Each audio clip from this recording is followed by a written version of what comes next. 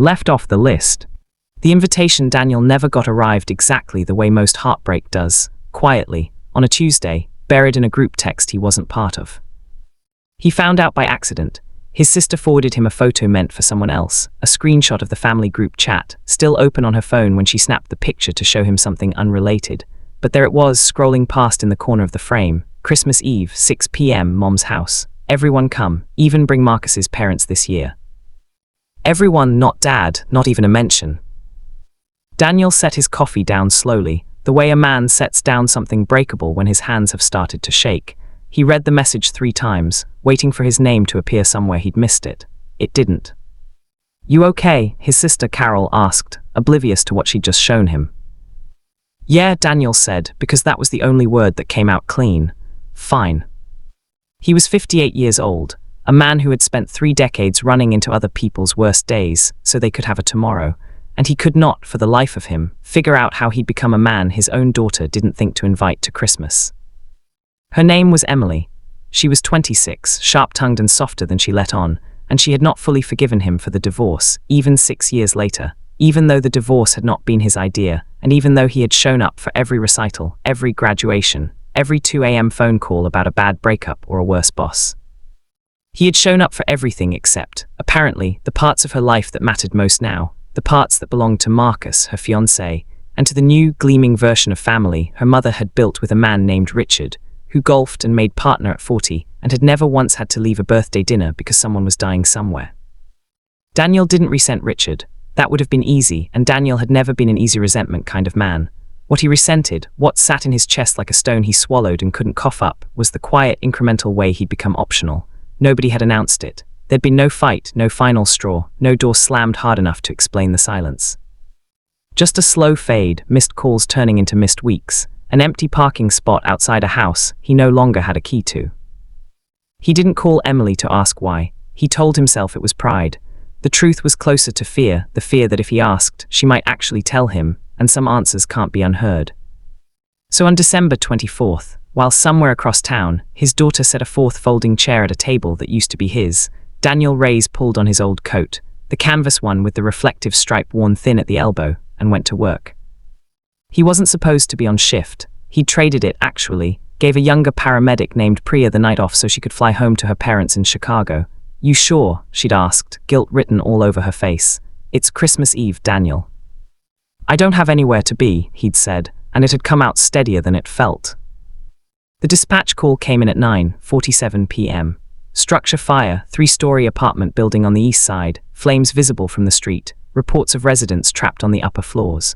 Daniel had been a paramedic for 11 years, ever since a bad knee ended his run as a firefighter, but old instincts don't retire just because the job title changes. He was first on scene behind the engine company, and what he saw stopped his breath for half a second before training took back over.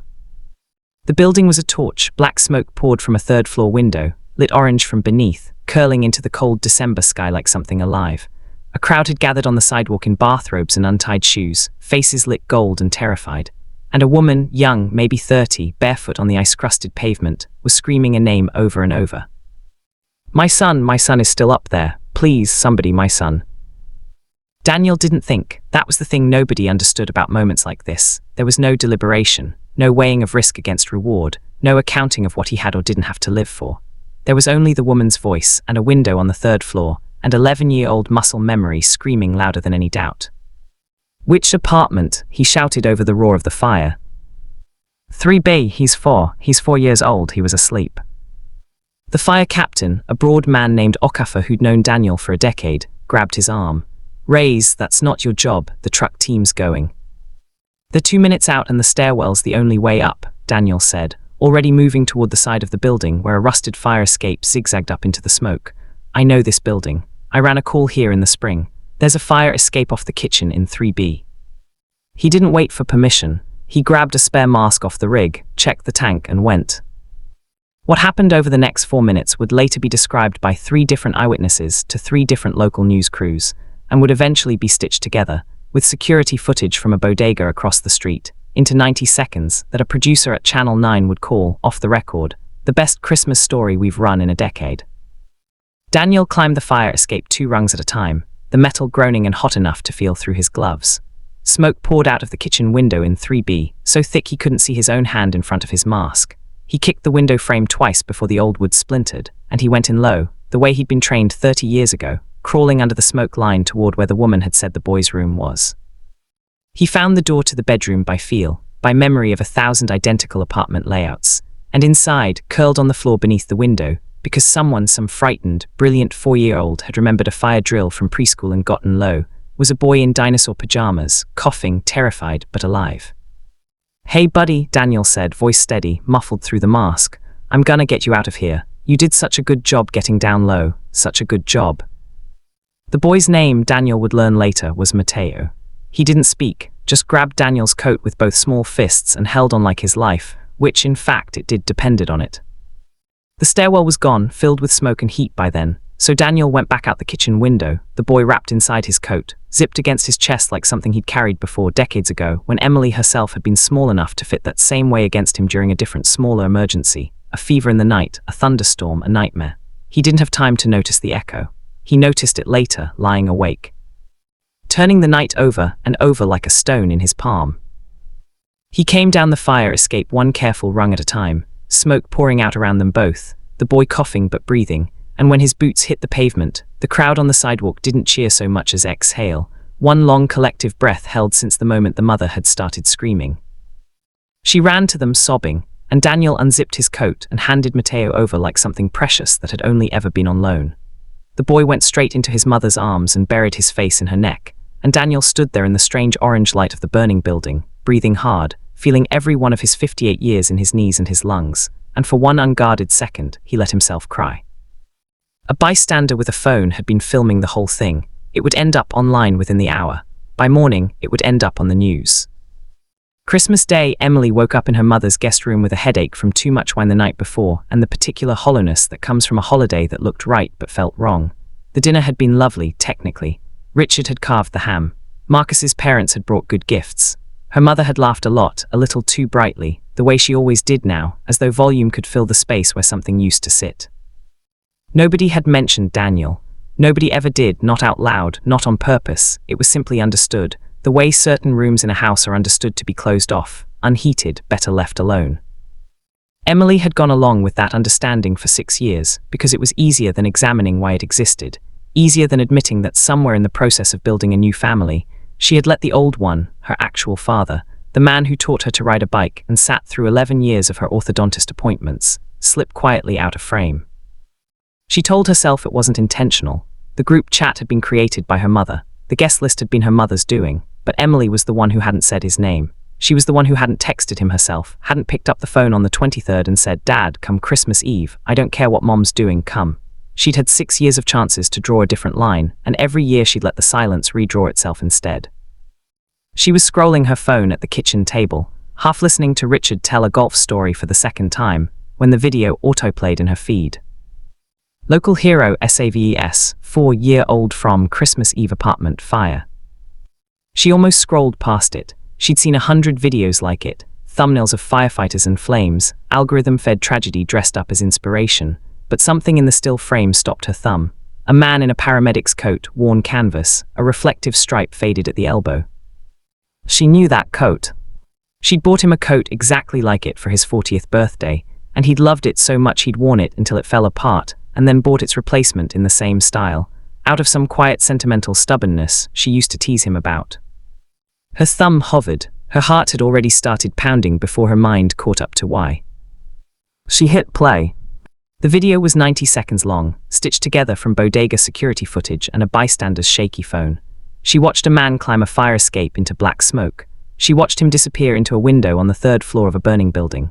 She watched, heart in her throat, 45 agonizing seconds pass with no sign of him at all, just smoke pouring into the winter sky. And then she watched him come back out. A small boy zipped inside his coat, climbing down one careful rung at a time, while the crowd below held its breath. When he handed the boy to his sobbing mother and pulled off his mask, the video's resolution wasn't quite good enough to be certain, grainy, distant, lit by firelight, but Emily didn't need certainty. She'd know that face anywhere. She'd know it in the dark, underwater, from a mile away. It was her father. "Oh my God," she said, and the words came out strange, cracked, loud enough that Richard stopped mid-sentence and her mother looked up from the sink. "What is it?" her mother asked. Emily turned the phone around, hands shaking, and said the only thing she could get out. "It's Dad, Mom, it's Dad."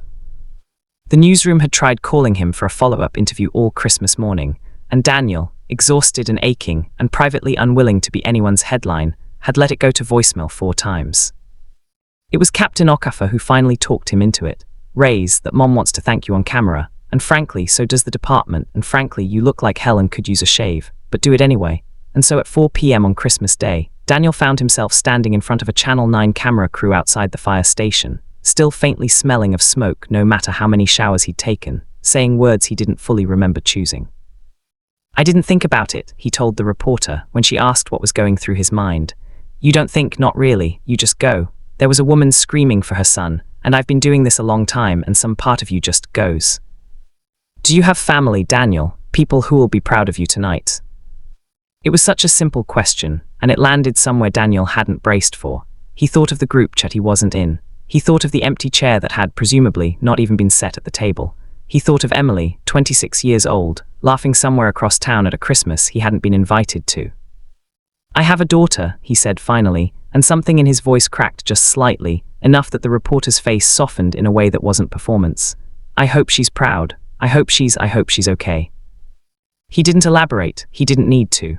Something about the way he said it, the small, aching honesty of a man not used to saying anything vulnerable on camera, made the clip travel even further than the fire footage had. Emily's phone rang 40 minutes after the interview aired. It was her mother, calling from the next room, though there was no need to call, they were in the same house, except that some conversations feel too large to have without a phone between you, some barrier of ritual and distance that makes hard things sayable. "You should call him," her mother said, and there was something in her voice Emily hadn't expected. Not defensiveness, not the practiced neutrality she usually wore when Daniel's name came up, but something like guilt. "Emmy, I should have said something sooner. This has gone on longer than it should have. He's your father." "I know," Emily said, and her voice came out very small. "I know, Mom, I didn't know how to fix it. And then it got easier not to try." "It's never too late to try," her mother said. "Believe me, I know that better than anyone." Emily hung up and sat with the phone in her lap for a long time, watching the fire video loop again in her mind, not the flames, not the smoke, but the moment her father came down that fire escape, one careful rung at a time, a stranger's child held safe against his chest, the same way he used to hold her. She thought about all the versions of him she'd carried around for 6 years, the man who left, the man who wasn't invited, the man whose absence had become so normal it stopped registering as a choice anyone was making. And she thought about the man in the video, 58 years old, climbing into a burning building on a night he had every reason to feel sorry for himself, because somewhere in that fire a child needed saving and he was the only one close enough to do it. That was who he actually was. That had always been who he actually was. She had just stopped looking. She called him at 6:15 p.m. It rang 4 times before he picked up, and when he did, his voice was rough, uncertain, the voice of a man who'd learned not to expect good news from an unexpected call. "Dad," her voice broke on the single syllable. "Dad, I saw the video. I saw what you did. Are you okay? Are you hurt?" "I'm okay," he said, little tired, little smoky, a pause long enough that she could hear him deciding whether to say the next thing. "I'm okay, sweetheart." "Dad, I'm so sorry." The words came out in a rush, 6 years of unspoken things finally finding a door. "I'm sorry about Christmas. I'm sorry you weren't there. I'm sorry I let it get like this. I should have called you myself. I should have. Dad, I miss you. I miss you so much and I don't know why I let it get so quiet." On the other end of the line, in the small apartment he'd lived in since the divorce, in the coat still hanging by the door with soot he hadn't managed to fully wash from the seams, Daniel closed his eyes and let himself feel, for the first time in 6 years, something loosen in his chest that he hadn't realized had been clenched the whole time. "I miss you too," he said. "I've missed you every single day. Can I come see you, tonight? I don't care that it's late, I don't care about anything else, can I come?" "Yeah," he said, and his voice broke fully now, no longer bothering to hide it. "Yeah, baby, come home." She arrived 40 minutes later, still in her Christmas sweater, hair a mess, mascara streaked from crying in the car the whole drive over. She didn't knock. She didn't need to. Some part of her still remembered that this had once been the kind of door she could walk through without asking. Daniel opened it before she reached the top step, standing there in an old t-shirt, hair still damp from another shower, looking older than she remembered and somehow, impossibly, exactly the same. Neither of them said anything for a moment. Then Emily crossed the porch and threw her arms around him the way she had when she was small enough to be carried, and Daniel held her the way he'd held a stranger's child 18 hours earlier, like something precious he'd been given only on loan, and was not this time willing to let go of. "I'm sorry I wasn't there," Daniel murmured into her hair. "I should have called. I should have said something. I let it get quiet too." "You were exactly where you needed to be," Emily said, laughing through tears. "You saved a little boy's life, Dad." "I'd trade it," he said, and meant it completely, "for one more Christmas with you. Every time, no contest." "You don't have to trade anything," she said, pulling back to look at him, really look at him, the way she hadn't in years. "Next year you're at the table. Every year from now on, I promise you that."